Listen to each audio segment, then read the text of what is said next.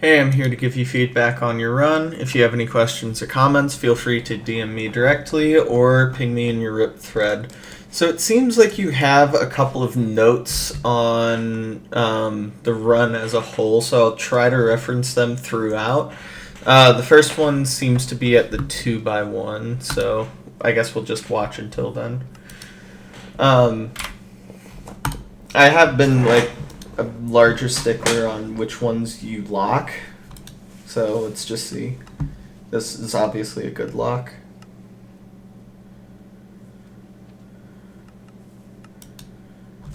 What do you reset on? Did I see 8 and... You can up this to 8, by the way. I think that's pretty much meta right now. Doing 8 RD, 50 ED, if not 12 for lower instances. So, something to consider for sure. It just means that you pick up more BTs, pick up more ships for like pretty much like no additional like toughness in your read for the spike.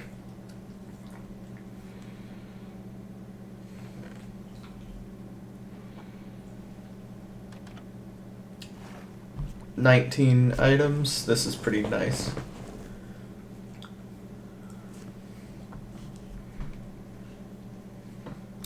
Something that I saw recently, and I've been talking with a couple of top runners about, is crafting table placement here. I actually really like, for wood gathering reasons, to put this against the trap door. I'll point it out here in a second, but to put it against the trap door so that way you can get more wood more linearly.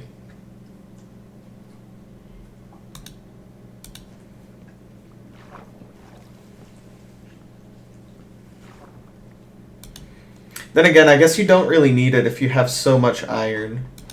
But just for future reference, that trap door to place it on would be this one right here, right on that mast. So if you have, you know, low wood or not enough iron to make iron doors or something, I'd recommend putting the crafting table right there, so that way you can put the door on the trap door. So then you can mine this wood and get the food pretty linearly. Which you still need to do in this seed, by the way. I'd honestly grab that while you have this. So that way, if you had any wheat, you could have crafted bread with it. I'd at least check the enchantment on the boots. I don't think you did, by the way. Because Depth Strider would go crazy here.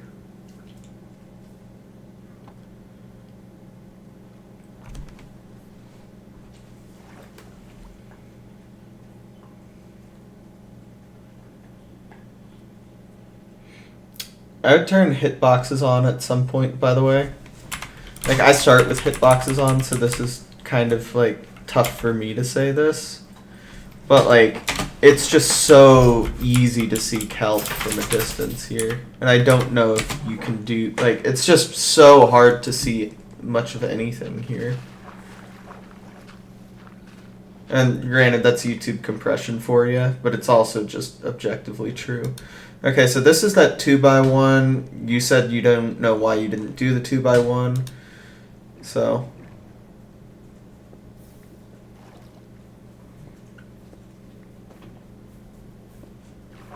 Oh man. Old 2x1 pattern. For any runners with slower PBs watching, don't do this. Just learn the regular 2x1.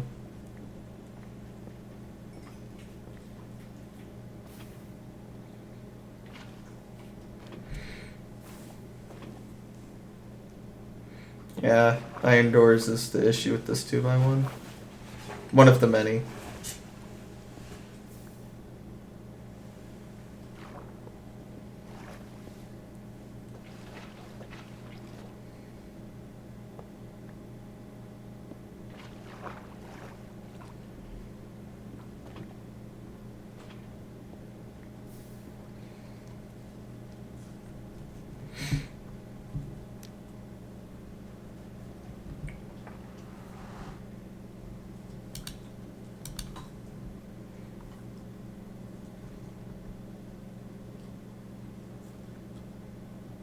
Nice patience with the spike.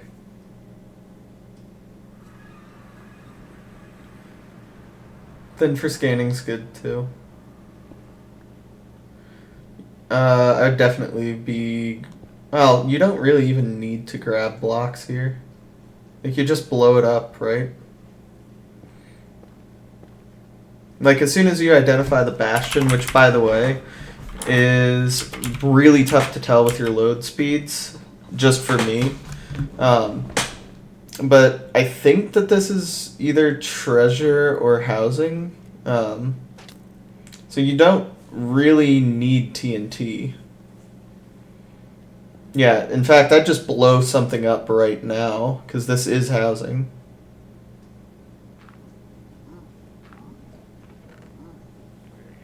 Yeah, I'd blow some blocks up for you, some movement, or not movement, route blocks, so that way you don't have to use planks like that. Or at least mine a couple of it, like, right in the wall here. So, if this wall is present, you can't, like, mining that doesn't really do anything. Like, there aren't any pigs over here because this isn't a triple. Like, you should only really do that if it's a double or a triple chest. Especially a triple chest.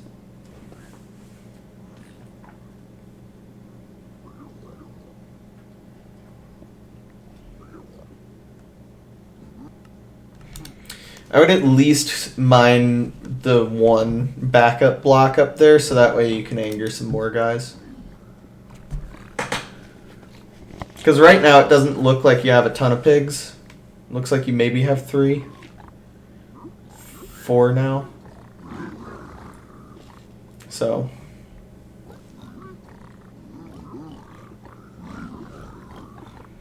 You could be pyring, or like getting pie chart together and stuff. I can't remember if you saw for it already, but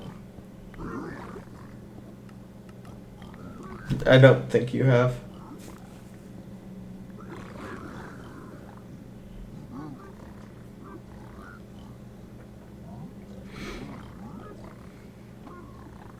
Nice clearing the inventory.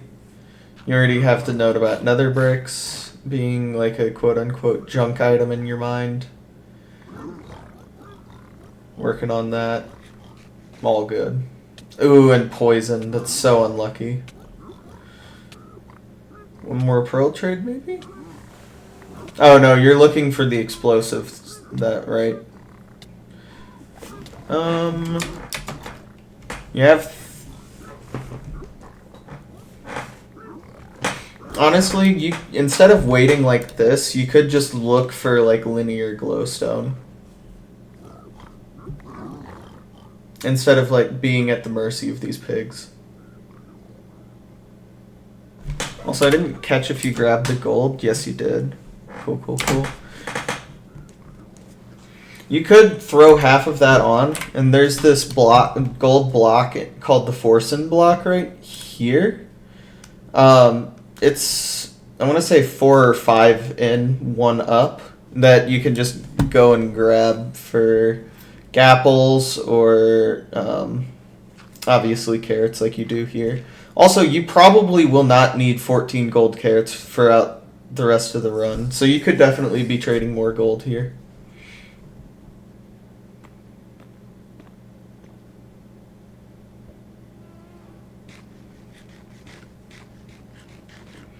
Nice eye with the fort.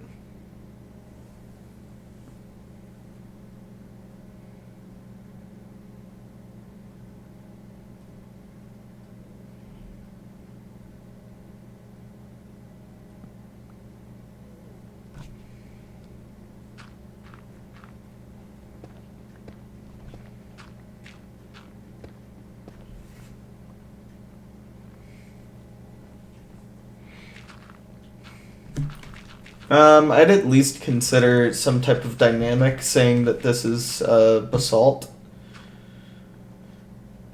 Even though it is enclosed. Like, basalt's totally fine to start dynamic with. Also, this is definitely one of the times where Fortress Preemptive would be very helpful. It sounds like you have a good amount of blazes.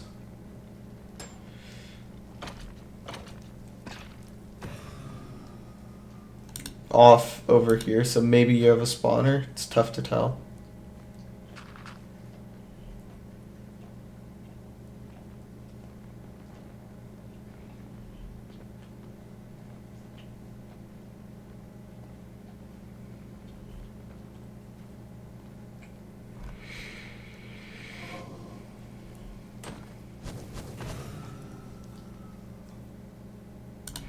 This inventory is a hot mess right now. Like, you did a good job at having the primary inventory management in the double chest, but really after you, like, see trades, you need to have another inventory management split, so that way you can get rid of junk items like the leather or the blackstone or the magma cream or the like everything like that. So that way, at this point, like, you understand where everything, like, you can just pattern recognize everything a little bit better, and also, like, I like having standardized spots for everything. And as a now sub 13-minute runner, that's going to be one of those things that are just going to propel you into that next, like, time slot of, like, sub 12, sub 11, even sub 10. Like, if you look at all of the top runners at this point, like, they have their hotbars and inventory managed to a T. How I do it, for example, is axe, pick, shovel. You can argue that you don't even really need the shovel anymore. I just keep it because SSVs. Then fire res, pearls, solid black, usually soul sand, gravel, a free slot, and then my food. This usually turns into obsidian. I just don't like keeping it in the hotbar just because I don't like misplacing when I have exactly 20. But regardless, like right now you're just kind of fumbling around. Like back here you were just fumbling around for a couple of seconds. That really shouldn't happen. And is totally preventable. Also, you need to elevate this TNT. Because it didn't really explode much of anything. And granted, that's mostly because the basalt in the background, but it's still like a lot of those fences and even a couple of the blocks back there just weren't blown up. Also, find ways to like mine stuff without standing directly in the spawn radius. You could be canceling out spawns and or getting hit. Which, granted, isn't a huge deal because you have so many golden carrots. It's just pretty important still.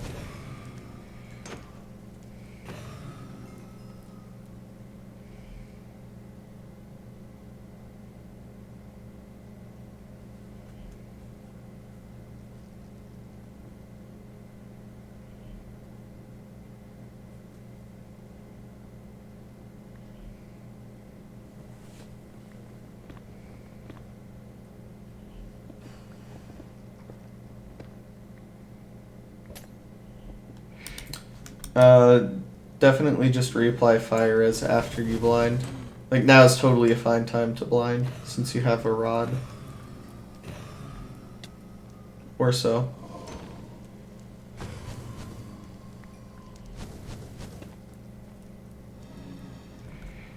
Like you don't have to blind on 6 rods.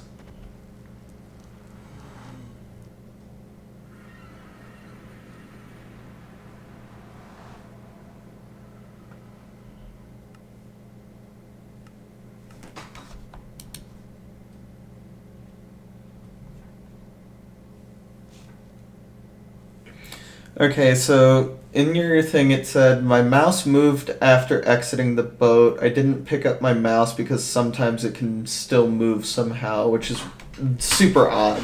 Yet after copying my location, the boat was green. I assumed my mouse just moved up and it didn't matter. If it can matter. And if the boat's green, the boat's green. It's probably fine in this case. I'd still pick up my mouse because, yes, it can still move, but like keeping it on the desk can also keep it, or can still have it move. And yeah, I'd definitely look into why picking up your mouse is causing issues like that, because that's how like everybody does it, right? So.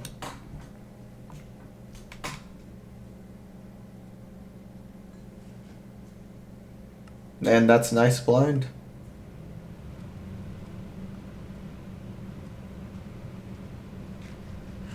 Pick block obby here. Get rid of like the basalt or something.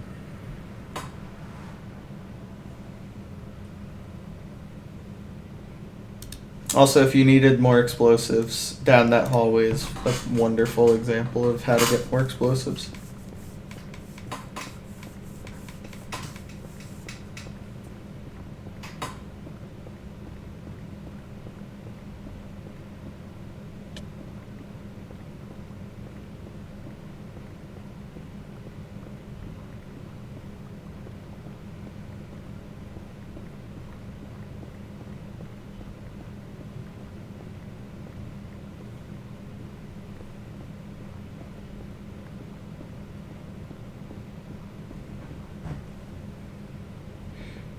You're off a little bit, but that shouldn't end up mattering a whole lot.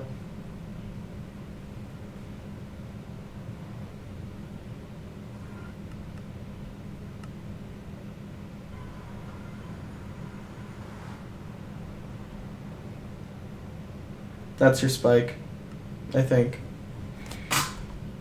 It's not super specific. Also, you left an entire part of the stronghold. Like, you've scanned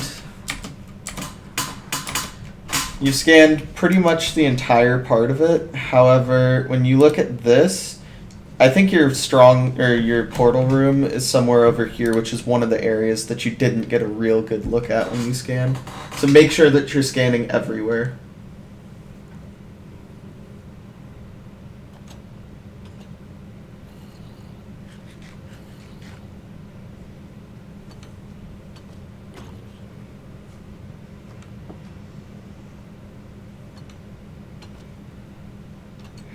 I do like that you're keeping fundamentals in mind, it looks like. Like, you kind of instinctively understand that it's too deep for anything to happen here, so you're just kind of bailing on it. Which, honestly, I think saves a lot of pace this run.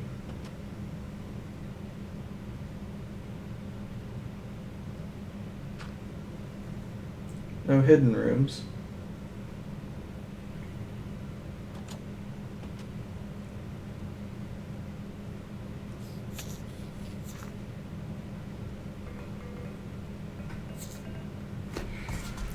Well done. Yeah, like I said, I think that's, yeah. You just didn't scan for it, I think. I completely messed up my nav for some reason. It does happen that I interpret a diagonalish reading for, yeah. Yeah, that's something that you just gotta work on, and you know that.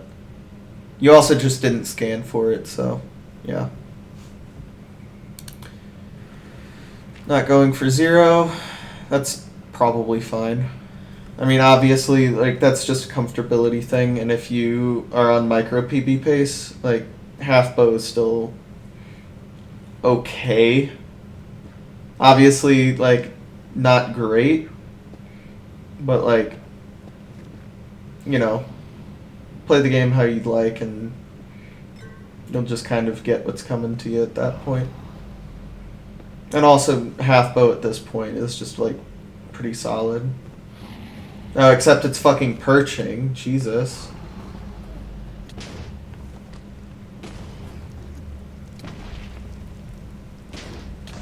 Nice. Jesus fucking Christ. Nice. That was probably faster than 0, by the way. I mean, that was just the most average perch I've ever seen. Very, very nice. Cool. Yeah, I mean, the preemptive screwed you. I think the